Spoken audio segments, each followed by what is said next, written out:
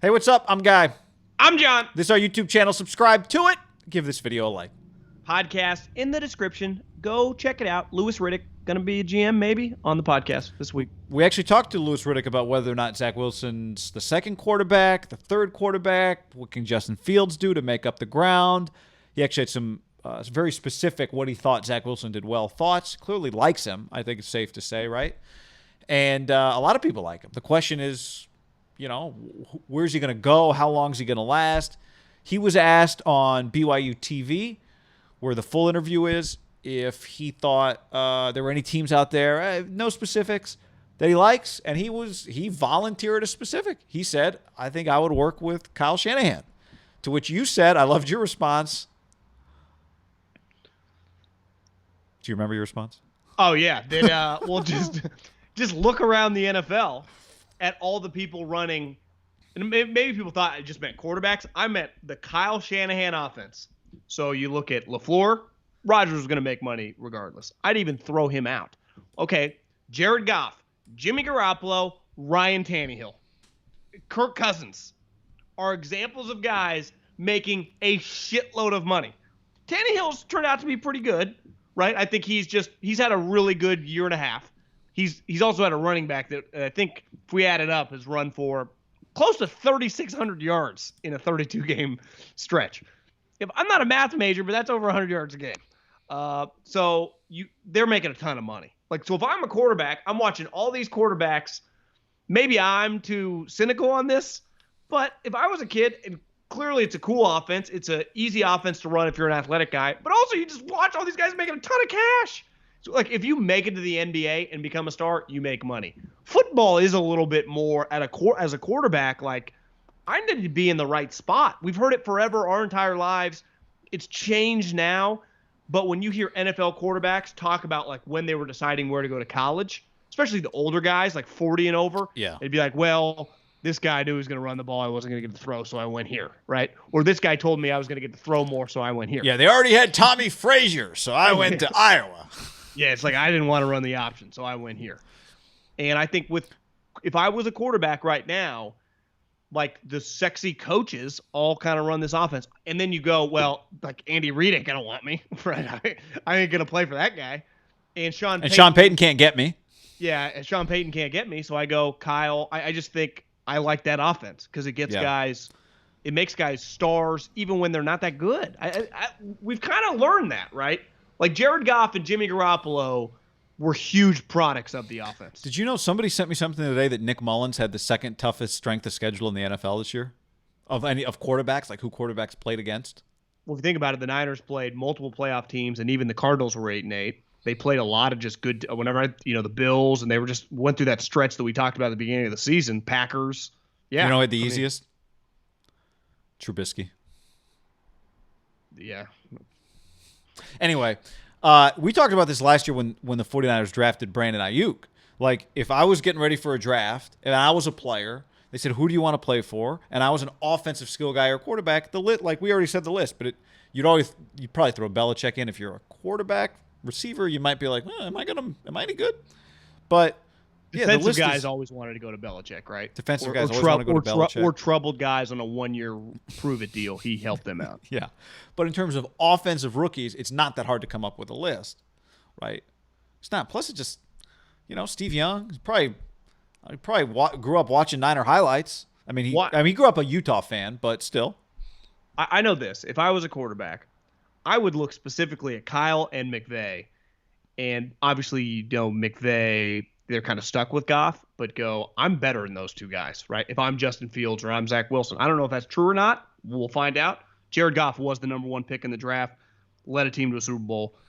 I know we crush him now, but his resume is better than the majority of football players we've ever seen, right? If his career ends tomorrow, he'll always have a couple things that are damn, that's pretty impressive, right? He won a road game to get to the Super Bowl. And Jimmy Garoppolo will just be wait, yeah, we were in the Super Bowl with the lead. He can just say that the rest of his life, whether he never becomes good. But I think a lot of talented guys look at them, right or wrong, and go, I'm more talented. I have more physical gifts. Yeah, I think why wouldn't Zach Wilson say, I can do things those guys can't do? And that their coaches would like. Yes. And that works now in the NFL. That's the other part of it. But You're right. It's this mix of who's drafting high and who. If you told Zach Wilson he got drafted by the Texans, he'd be like, "Sweet, I'm in the NFL," but you wouldn't have the same reaction. Kyle has, and Belichick had this forever, but it's different because Belichick was winning huge. Kyle's had one winning year. Now it was a big year, and their franchise is massive. So when they win, it's really big. But like he earned equity this year by being shitty. Now it wasn't his fault. Nick Mullins is starting a ton of games. His quarterback's out. I've heard a couple stats this week, guy. Like, not that we didn't already know this, but led the league by a mile on injured reserve money. Led the league by a wide margin on guys consistently on injured reserve at different points in times of the season. Like their injury stuff was separated even from the second worst. Like they were just in their own. When we talk about it with Lewis, he's calling their game. I wanted to be like Kerry Hyder, pretty good player, but like that guy was not signed to be your starting defensive end. And they were playing with these guys. I think everyone looks at Kyle Shanahan, players, and his equity like went up this year. And the word around the league, like I just think he's a guy people want to be with, right? It's just like people want to go there. And I think it happens sometimes in college. Guys want to be a part of something. Mm-hmm. Like clearly with Nick Saban, like the best guys just want to go there. Like I don't think they get caught up. And sometimes you hear it even at other high-level programs, like this guy didn't want to compete. Like I think guys like going to – like the top guys want to be part of that. And they consistently sign up for it when they. As a certain type of guy wants to be a part of that. Yeah, because we always go, well, why wouldn't they just go to Georgia and you can start as a freshman instead of having to wait a couple? Like, no, that guy wants to go there. I think if you're an offensive talented quarterback, and I think it works actually for all the offensive skill guys, you want to go with Kyle. Look at what he did. George Kittle out of nowhere, boom. Here's the other thing. Like we're talking general stuff too. If you happen to, and he said I don't watch a lot of games, but if you just watch a game that the 49ers play. Several things are likely to happen in that game that make you go, "Well, that was cool. Oh, damn, that was cool. Wow." They're just getting the ball to Ayuk 12 different ways. They're just getting the ball to Debo 12 different ways. Like you said, playing with George Kittle is probably pretty sweet. In the NBA, it's attractive. It happens, and I was listening to an NBA like Windhorse, and part of the reason Halliburton got drafted by the Kings at 12 and did not go above him or that high. His agent told them specifically, like he tanked with the other teams. I won't sign. We don't want to come here. Do not draft us. And he wanted to go to Sacramento. Probably smart because he realized he could be a star. I don't know. Whatever the connection there was. That doesn't often happen in the NFL. It kind of did in a weird sense with Mahomes, where the agent worked with Veach. Remember the stories that came out? Like, don't tell anybody, but you got to let us know who wants you. This is much different. I would say Mahomes, it's crazy to say this, infinitely more under the radar at the time going into the draft than Zach Wilson will be going into this draft. Yeah. I don't feel like I knew that much about Mahomes going into the draft, to be honest with you.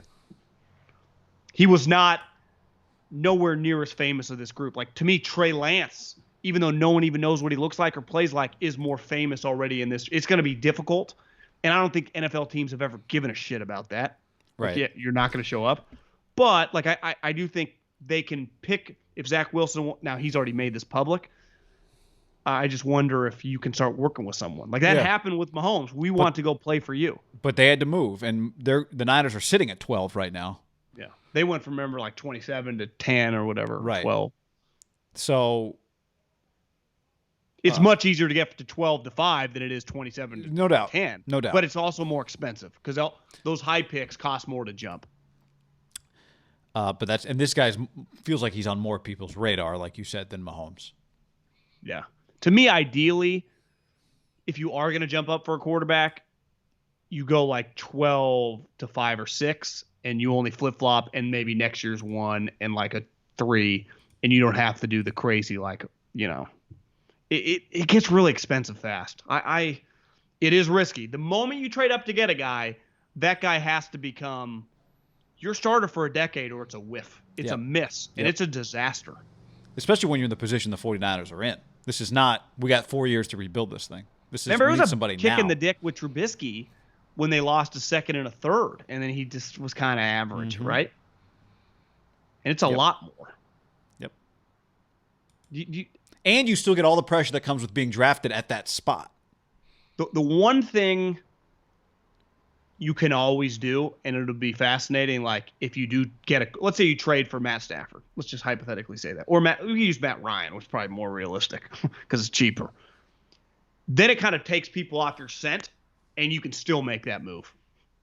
Oh, That to that's me is the interesting. key. That's going Because big. it's not often, if you go into a draft when everyone's on your scent, they can just charge you more, right? We know you need this guy. When you don't need the guy, like that's when Andy got it. But when for you Alex, don't need the guy, you don't need the guy.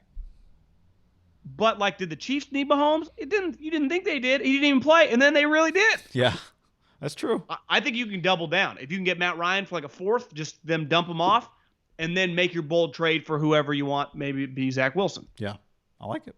I like it. Zach would like it too.